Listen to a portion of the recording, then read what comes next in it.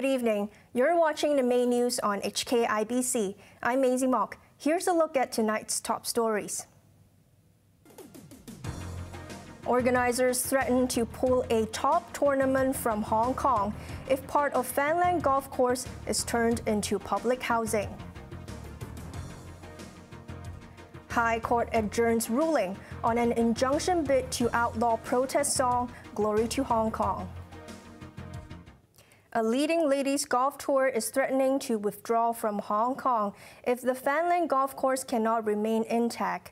Representatives of the Aramco Team Series attended a town planning board meeting, opposing plans to turn part of the venue into public housing. Chloe Wong reports.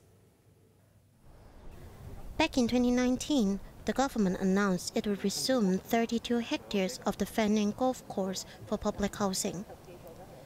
It wanted to build 12,000 homes on 9 hectares of land by 2029, with the rest reserved for recreational and conservation purposes.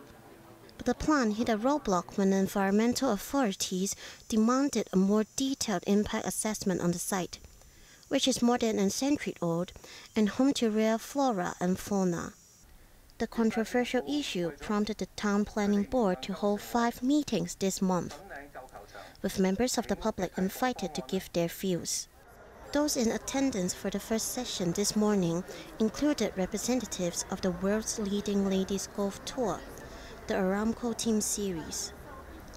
The tour is now threatening to pull its Hong Kong stop, scheduled this October, if the Fanling Golf Club cannot stay in one piece.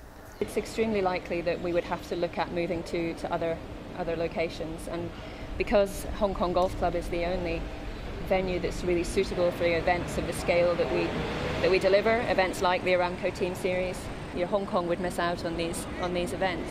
So it's really important to maintain the facility as it is. Jones added the economic loss would be significant. You're looking at around between $22 million and 33 million Hong Kong dollars spent just on the operational cost of delivering the event, and that's all money that's spent locally in Hong Kong. And then factor in the overseas arrivals that are associated with those tournaments, and the number just gets larger and larger. But former Director of Planning, Ling Kar-Kan, disagreed, saying the government has a social duty to address the housing shortage. He said it was common that development plans would see more opposition than support because of the vested interest. The lease for the 32-hectare plot will expire on September 1st.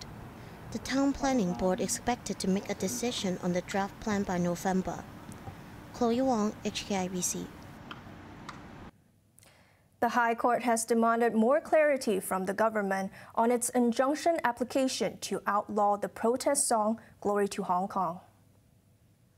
A representative from the Department of Justice told Judge Wilson Chan this afternoon that the injunction is not designed to target the world at large.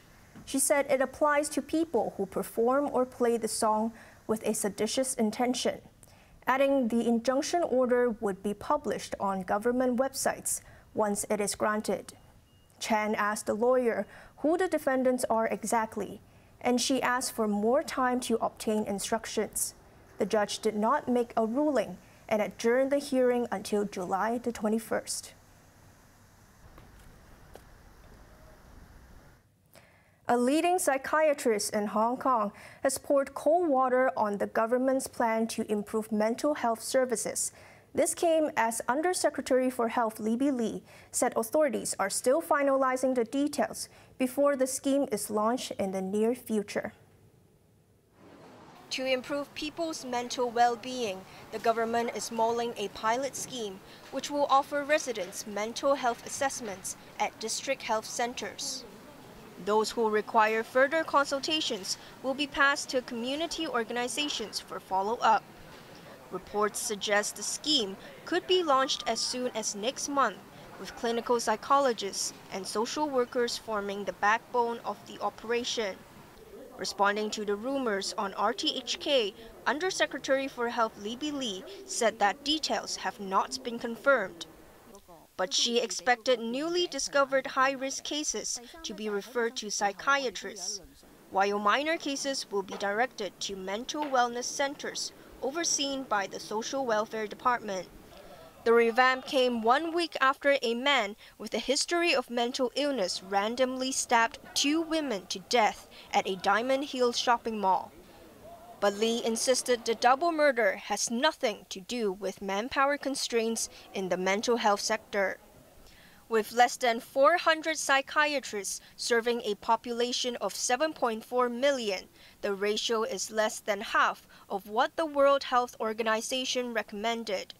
Lee said the international rule is not a one-size-fits-all policy.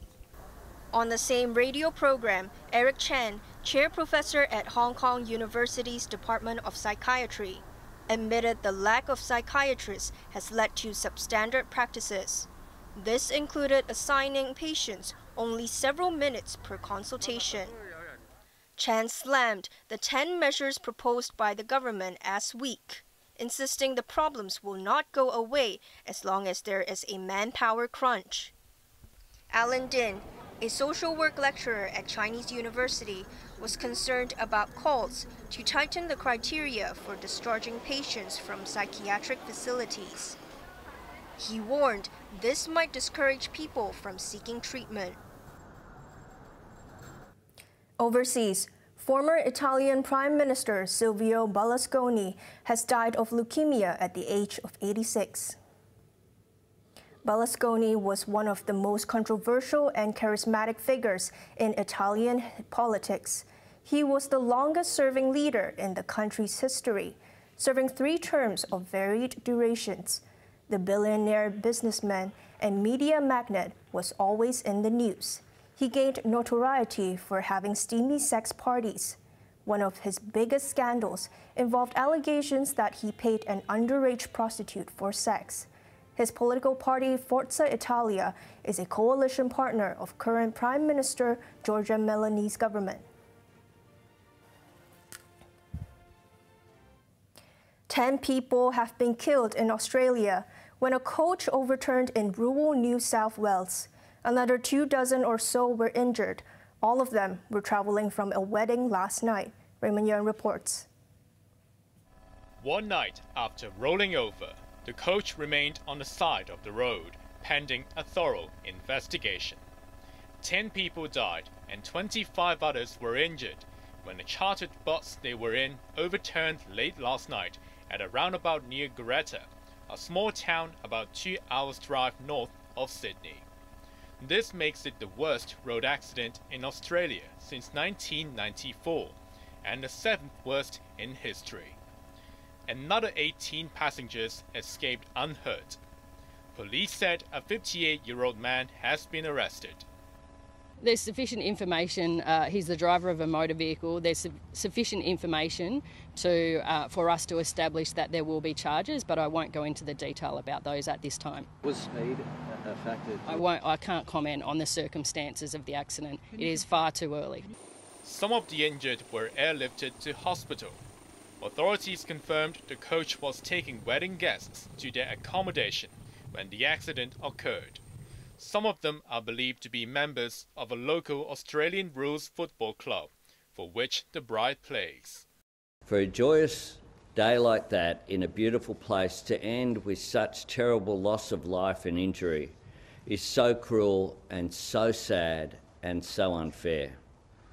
People hire a bus for weddings in order to keep their guests safe, and that just adds to the unimaginable nature of this tragedy. The area, which is home to many vineyards, was apparently foggy last night, according to the local mayor. But lawmakers insist the roundabout was in top-notch condition, as it was built less than 10 years ago. Raymond Yang, HKIBC. Residents near the U.S. city of Philadelphia have been told to brace for traffic chaos after an elevated section of a busy highway collapsed. The Interstate 95 is a major road artery in the U.S. East Coast, running from Miami all the way to the Canadian border. Sachin Khatvi reports. Traffic on Interstate 95 near Philadelphia was paralyzed after an elevated section of the highway, which runs along the U.S. East Coast, collapsed in dramatic fashion. The partial collapse came after a tanker truck caught fire underneath the overpass, and flames could still be seen gushing out. While northbound lanes were severed because of the accident, southbound traffic was also shut down after heat from the fire made the adjacent overpass structurally unsafe. We had heavy fire from a vehicle. We don't know what type of vehicle it was, how many vehicles it were happening. No reporting of any occupants or drivers or anything like that. We don't have any of that yet. We did have a collapse of 95, okay, on the northbound side, okay? And the southbound side is compromised by heavy fire. It looked like we had a lot of heat and heavy fire underneath the underpass. Firefighters have since contained the blaze and no casualties have been reported so far. Restoring the highway will likely take months, meaning the 160,000 or so vehicles which pass through the section of I-95 daily will spill over to the already congested road networks nearby. Sachin Katwi, HKIBC.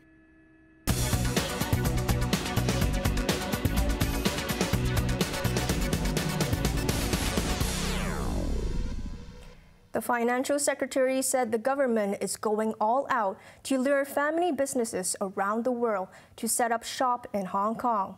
Paul Chang claimed the city is starting to reap the benefits from a summit held in March. The FSTB launched a policy statement outlining our vision and action plan to develop Hong Kong into the premier family offices.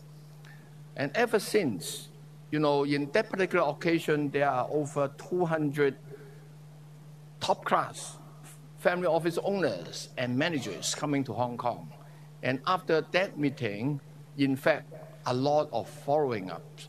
And we are pleased to report that you will be seeing some of them to be located here, and a lot more in the pipeline under discussion. In his policy address last year, the chief executive has set a target of attracting at least 200 family offices to establish or expand in Hong Kong by 2025. Apart from tax concessions, Invest Hong Kong has also drawn up a list of professional services providers, including private bankers and lawyers, to help them settle down. Now let's take a look at the markets. The Hang Seng Index ended the day up by 14 points. To the top 10 active stocks, Tracker Fund was up 4 cents, Tencent was up $2.40, while Meituan was up 50 cents. BYD Company was up $4.40, AIA was up 80 cents. To the forex trading against the Hong Kong dollar, Euro is at 8.43. The British pound is at 9.84, while the Australian dollar is at 5.29. And now in the UK market, the London FTSE is currently up 8 points. Cathay Pacific flight attendants are finally getting a raise next month. The city's flag carrier said under the adjustment, flight attendants could pocket up to 8% more each month. New joiners who complete 70 hours of duty will get $17,000 and more if they fly more frequently. The announcement was made weeks after Cathay fired 3 flight attendants for allegedly discriminating against a non-English speaking passenger. The decision was slammed by the union, which accused management of neglecting employees' welfare and morale. On to the weather now. Very hot with sunny periods tomorrow, but expect isolated thunderstorms later. Temperatures will range between 28 and 33 degrees. Brace for heavy rain from Wednesday. That's our main news for Monday night. Join us for more news at 11. I'm Maisy Mok. Thanks for watching. Good night.